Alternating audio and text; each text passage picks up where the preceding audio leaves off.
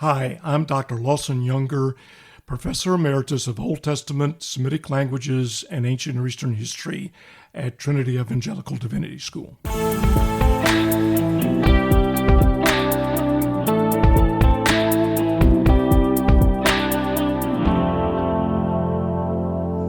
Dr. Lawson Younger. Lawson, good to see you. Welcome to Exegetically Speaking. Thank you. It's great to be here. You've been with us on the Stone Chapel before, and we're going to tell people how to hear about that and learn more about you and learn more about Hazael from the Old Testament. For now, let's talk a little bit about how you got started reading biblical languages. Yeah, well, I became a Christian. The excitement that was generated in my new birth, I wanted to know what the Bible said. And I naturally wanted to know, well, what did it say in the original, in the Greek, as I read the Greek New Testament, and what did it say in the Hebrew originally? And so that is what led me to study Greek and Hebrew, both undergraduate and seminary. So you started in undergraduate, then you continued, but you've had a lifetime of working with languages. You started off saying, I'm not going to learn any more languages after Latin. Yeah, I was a math major in undergraduate school, and I had taken 4 years of Latin in high school for the sole purpose of never studying any language ever again, because I was going to be a mathematician.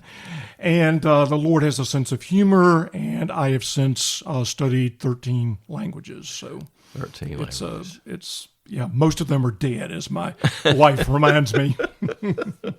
Only modern French, German, modern Hebrew, because you have to learn those. You got to learn those along the way, don't you? Right, to really be able to dabble in all of this.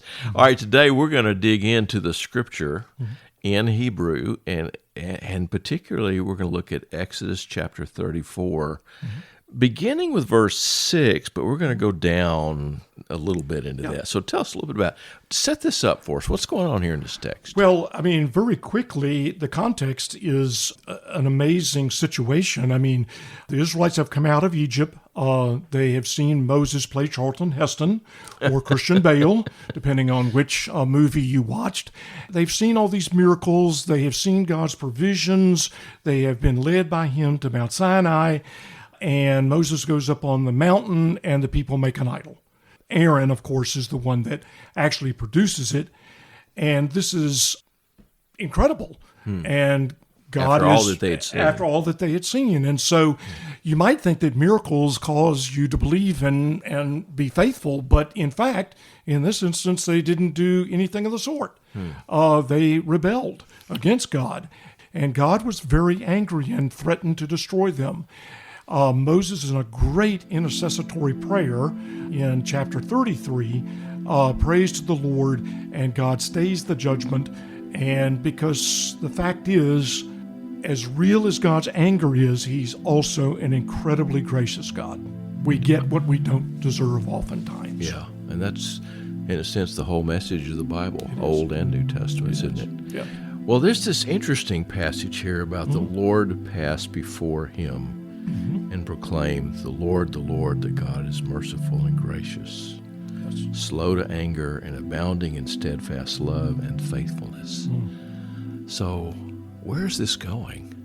Where is this particular speech going? In a way, right? I mean, the Lord is passing by Moses and is declaring who he is. Probably one of the most important passages in the Bible, because the Lord is declaring who he is here. Yeah. And notice how much there, compassion, grace, slow to anger, literally in the Hebrew, long of nose. In other words, he's slow to the snort, abounding in steadfast love and faithfulness. Quite something. Yeah. Sometimes we think, Christians do, that love and forgiveness, all that is really a New Testament thing, and wrath and anger is the Old Testament thing. Yeah. But boy, that's not the story you get. Not the story at all. And in fact, many are taught, I was too, that the God of the Old Testament was a God of judgment and anger and wrath, and the God of the New Testament is a God of love and gentleness, Tenderness, and meekness, tenderness, and yes. tenderness. Yeah. And actually, there's a problem with that. It's called polytheism. Ah, You have two gods, a God of the Old Testament and a God of the New Testament. well, that's true. Well, which one do you want? That was kind of a Marcion problem, right? It was a Marcion problem. Yeah, it was a heresy. It's as a I recall. heresy. Yes, Well, God I is mean, one. Yeah, the one God is merciful, gracious, slow to anger, Right. abounding in steadfast love, Yes. chesed, Yes. and faithful, keeping steadfast love for thousands. Yes. Well, What that's is- one of the translations. So I'm looking for at the exegetically, ESV. the ESV translates it that way, as do some other translations. And there's a problem here because the word in the Hebrew is simply thousand plural. Elephim is the pronunciation. And Eleph is a thousand. Elephim would be thousands. And so if it's for thousands, then yes, that's a correct translation. However, if we read a little further, we notice this: forgiving iniquity, transgression, and sin. He will not acquit the guilty, but visits the iniquity of the fathers upon the sons and the grandsons to the third and fourth generation, is, I believe, the way the translation goes. The ESV, right? Well, the third and fourth are also plurals, and generation doesn't occur there. So the word generation doesn't occur there. It's elided. There's an ellipsis here All right. in both instances. And so both third and fourth are actually plurals.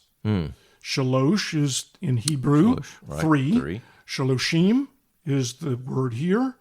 Arbor is four. Abarim is the plural. The fours, yeah. So we don't translate this. He judges the iniquity of the fathers upon the sons and the grandsons to the thirds and fourths.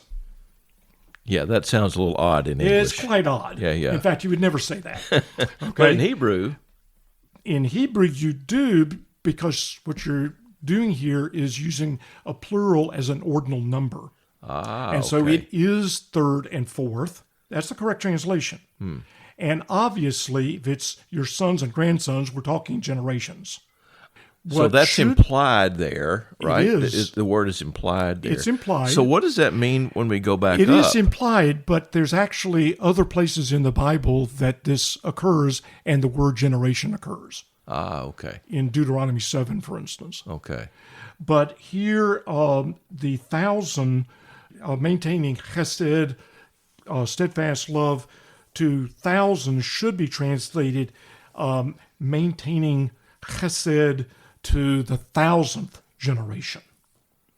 Wow. And so we're now talking of a very different situation. So God is not saying, okay, I only have loving kindness for 1,000 generations, and the 1,001st generation, no more.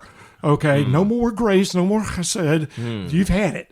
No, of course not. What is he doing? He's using the term elef here, 1,000, as though we use millions and billions or whatever, yeah. okay, to be figurative. Right.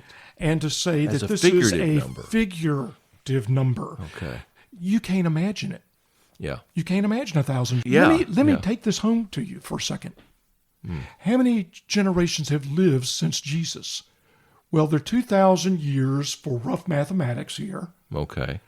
How long is a generation? 40 years? 30, 40 years, I Well, guess. 40 right? years is a biblical number. All right, we'll go with that. So if we go with that, 50.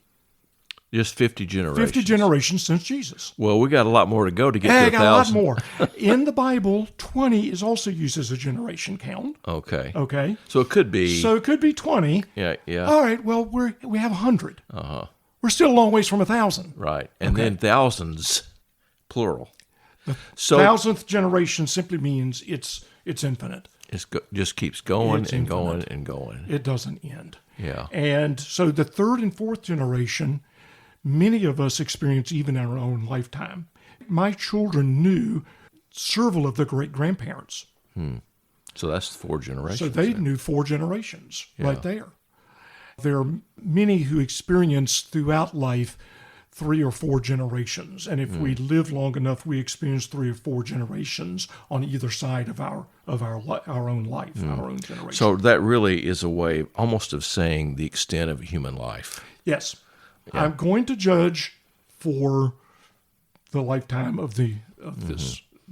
And sometimes those sins really are repeated, or they yes, are. There may be consequences. There are damages that Yes, are made absolutely. to a whole generation. There are consequences to sin. There are also consequences to belief.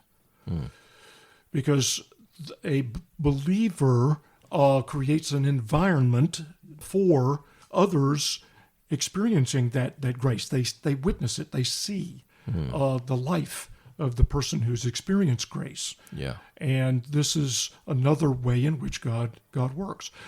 But this passage is amazing because if you count this up, I mean, the rabbis call this passage the 13 attributes.